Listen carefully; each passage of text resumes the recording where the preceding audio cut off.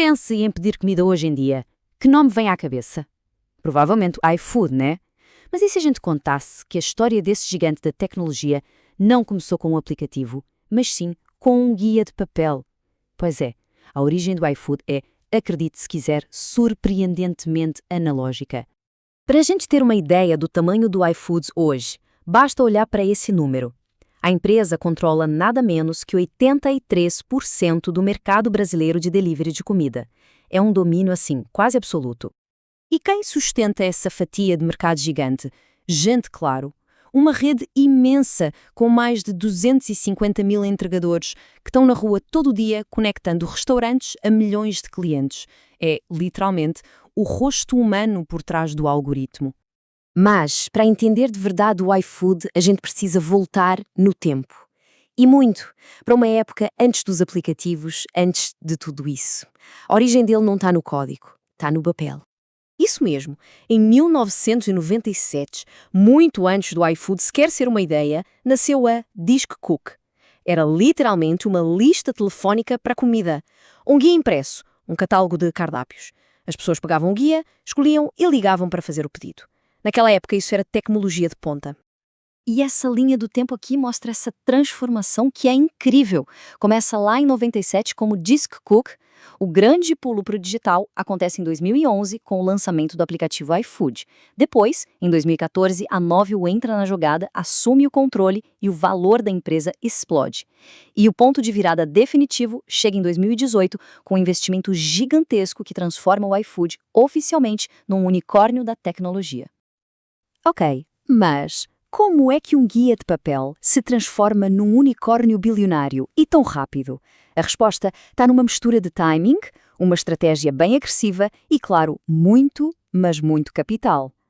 E olha só que interessante o que o cofundador, o Guilherme Bonifácio, disse. Ele admite, com toda a honestidade, que lá no comecinho quase ninguém se interessava pelo iFood. Foi um investimento crucial da Warehouse que deu o gás, que permitiu que eles criassem a plataforma online que todo mundo conhece hoje. Então, a receita para esse sucesso todo pode ser resumida em 3 passos bem claros. Primeiro, os investimentos iniciais que deram o fôlego que eles precisavam. Segundo, uma estratégia bem agressiva de aquisições, basicamente comprando os concorrentes para crescer mais rápido. E terceiro, a pandemia, que acelerou de um jeito absurdo o delivery, levando o iFood a 39 milhões de pedidos por mês. Mas essa história de bilhões de dólares tem um outro lado, né? Agora, a gente vai olhar para um motor que faz tudo isso gerar. As pessoas, a força de trabalho que está na rua todo dia, na chamada gig economy. E aí vem a pergunta que não quer calar.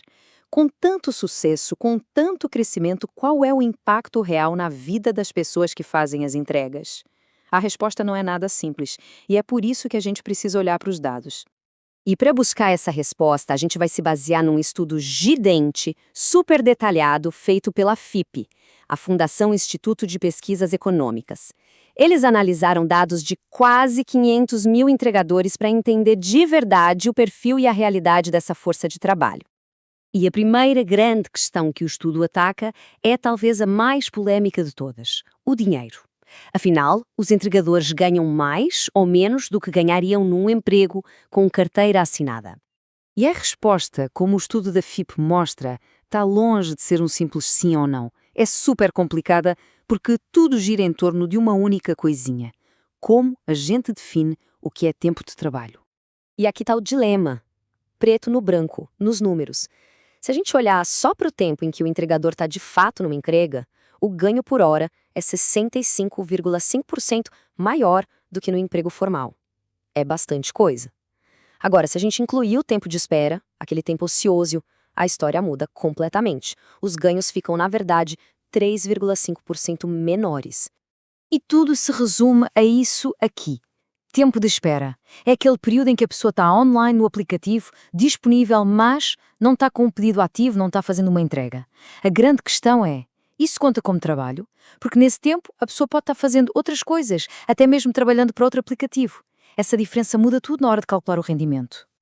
Mas olha, remuneração não é só sobre o quanto se ganha, é também sobre justiça. E o estudo da FIPE foi mais fundo nisso. Eles quiseram saber se a plataforma acaba repetindo as desigualdades salariais que a gente já conhece tão bem do mercado de trabalho tradicional. E o que eles descobriram aqui é impressionante. Olha só a comparação. No mercado de trabalho formal, usando a amostra do estudo, as mulheres ganhavam 5,64% a menos que os homens e trabalhadores negros 0,63% a menos que os brancos. Agora, olha o que acontece na plataforma iFood. Essas diferenças praticamente somem, ficam quase iguais. Então, qual é a grande sacada aqui? O algoritmo que distribui os pedidos e calcula os pagamentos, ele é neutro. Ele não quer saber gênero, não quer saber raça. O estudo concluiu que as pequenas diferenças que ainda existem não são por preconceito, mas sim por outros fatores, como o tipo de veículo. Por exemplo, homens tendem a usar mais moto, que acaba gerando um rendimento maior por hora. Então, vamos amarrar tudo o que a gente viu até agora. A gente viu a jornada incrível do iFood, de um simples guia de papel a um gigante que domina 83% do mercado. Um unicórnio da tecnologia que é movido por uma força de 250 mil entregadores. Vimos também que a questão da remuneração é bem complexa e que tudo depende de como se define o tempo de trabalho. E, talvez o mais surpreendente, descobrimos que a plataforma parece diminuir, e muito, as desigualdades salariais históricas. E tudo isso nos leva a uma questão fundamental, que vai muito além do iFood e define o futuro do trabalho. A história deles espalha a própria gig economy. Por um lado, oferece uma flexibilidade enorme e pode até corrigir algumas injustiças antigas do mercado. Por outro lado, traz uma incerteza. A pergunta que fica no ar é: como é que a gente, como sociedade, encontra o equilíbrio certo entre a flexibilidade desse novo modelo e a estabilidade que o emprego tradicional sempre prometeu?